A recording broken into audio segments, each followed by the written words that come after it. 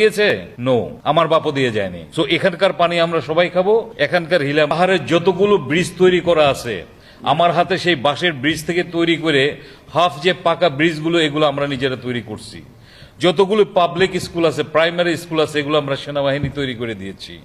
যতগুলো ঘর তোলা আছে মহালছড়িতে, এগুলো আমি তৈরি করে দিয়েছি। আমি মানে আমরা, আমি তো আর একা পারবো না, আর একা সম্ভব না।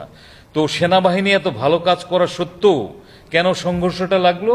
দ্যাট ইজ বিমাতা সুলভ আচরণ।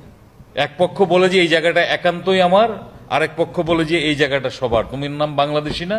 If you are from Bangladesh, how can you say যে it is separated? Then you are separatist. তো সেপারেটিস্ট ভার্সেস বাংলাদেশি, এই যুদ্ধটাই তখন থেকে চলমান ছিল। বলতে গেলে অনেক কথাই বলতে হয়, বাট মূল জায়গায় আমি হিট করেছি যে আমি বলছি আমি বাংলাদেশি। আমি যেমন জিজ্ঞেস করতাম, have you made this hill? Did you create this hill? এই পাহাড় কি তোমার বাবার তৈরি? এই মাতামোহনী নদী, কর্ণফুলী নদী কি তোমার বাবা দিয়ে গিয়েছে? নো, আমার বাপও দিয়ে যায়নি। সো এখানকার পানি আমরা সবাই খাবো, এখানকার হিলে আমরা সবাই থাকবো।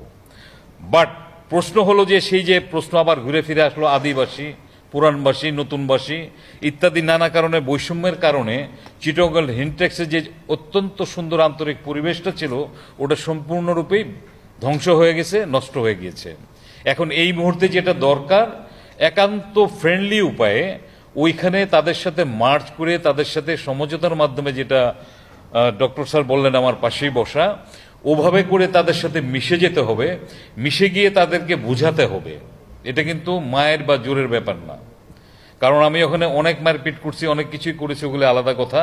তো সেই জন্য প্রথম দরকার যেটা, যে right from ISSB, I am sure আপনারা সকলেই স্বীকার করতে বাধ্য হবেন, আমি অনেক সচিব লেভেলে জিজ্ঞেস করে আমাকে যে পাহাড়ে কি সমস্যা, আমি আশ্চর্য হয়ে যেতাম। এখনো বলে, what's the problem in the hill? So right from ISSB এই জিনিসটা থাকা উচিত, যে ওই ছেলেটা যে যাচ্ছে, এক সময় না এক সময় সে হিলে যাবে, তাকে কিন্তু একটু পরিচিতি নিয়ে যাওয়া দরকার। What is hill tracts? Second question যেটা হচ্ছে ইউনিট লেভেলের ট্রেনিং, সিএও ট্রেনিং, যেটা একদম পুরোটাই উঠে গিয়েছে। বিএমএতে আনাম ট্রেনিং হয় কিনা আমি জানি না। রেজাকুল হায়দার স্যাররা আমাদের এন্ড টার্মের শেষের দিকে বক্সিং কম্পিটিশন দিয়ে বলতো, যারা যারা জয়লাভ করবা তারা আজকে রাত্রে ট্রেনে উঠবা, if you are defeated you will start after 3 days। ওই রক্তাক্ত শরীরেই বাড়িতে যেতাম। আম্মা বলতো, কোথায় মারামারি করে আসছিস? বলতাম যে মারামারি করে নেই, এমনি একটু লাগছে, নাক দিয়ে রক্ত পড়ছে আর কি। তো আমি যদি ভালোভাবে ট্রেনিংটা না দেই, তাহলে কোনোদিনও এই আর্মি সেই আগের আর্মিতে ফেরত আসবে না। So we have to look after the basic training of the military academy. Unit training, ইউনিটে এখন অনেক অফিসার আছে এবং অনেক বিলাসিতা আছে। আমার সময় আমি পানি খেয়ে, কলা গাছ খেয়ে 4 দিন কাটিয়েছি। এখনকার ছেলেরা সেটা বিশ্বাস করবে না, করা সম্ভব না।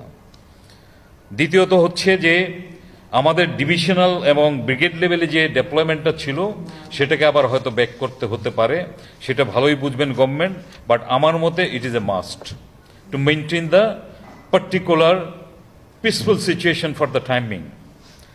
3 নম্বর যেটা হচ্ছে ফ্রেন্ডশিপ, যেটাকে বলা হয় যে ফ্রেন্ডলি আচরণ, যেটা এটাকে আরো বৃদ্ধি করতে হবে।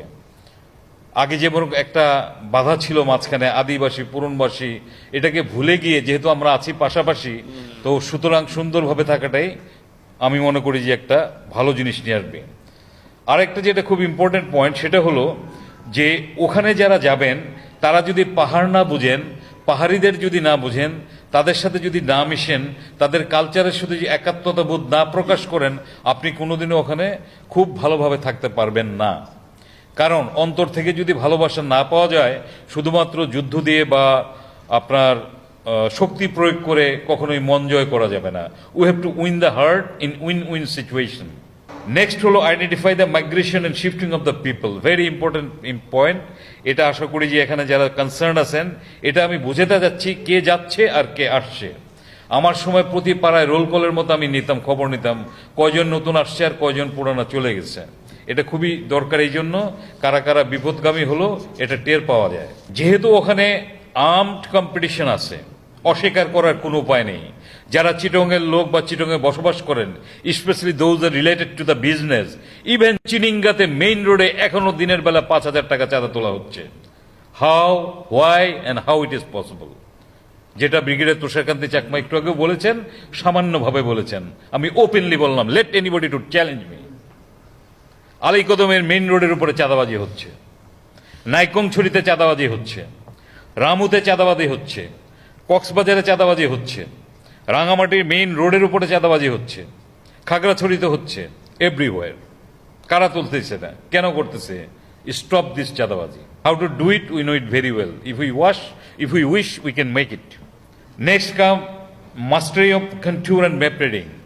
যে অফিসারগুলো ওখানে পরবর্তীতে যাবেন, বিএমএতে যে ম্যাপ রিডিং দেওয়া হয় সেটা কোনো কাজেই লাগে না।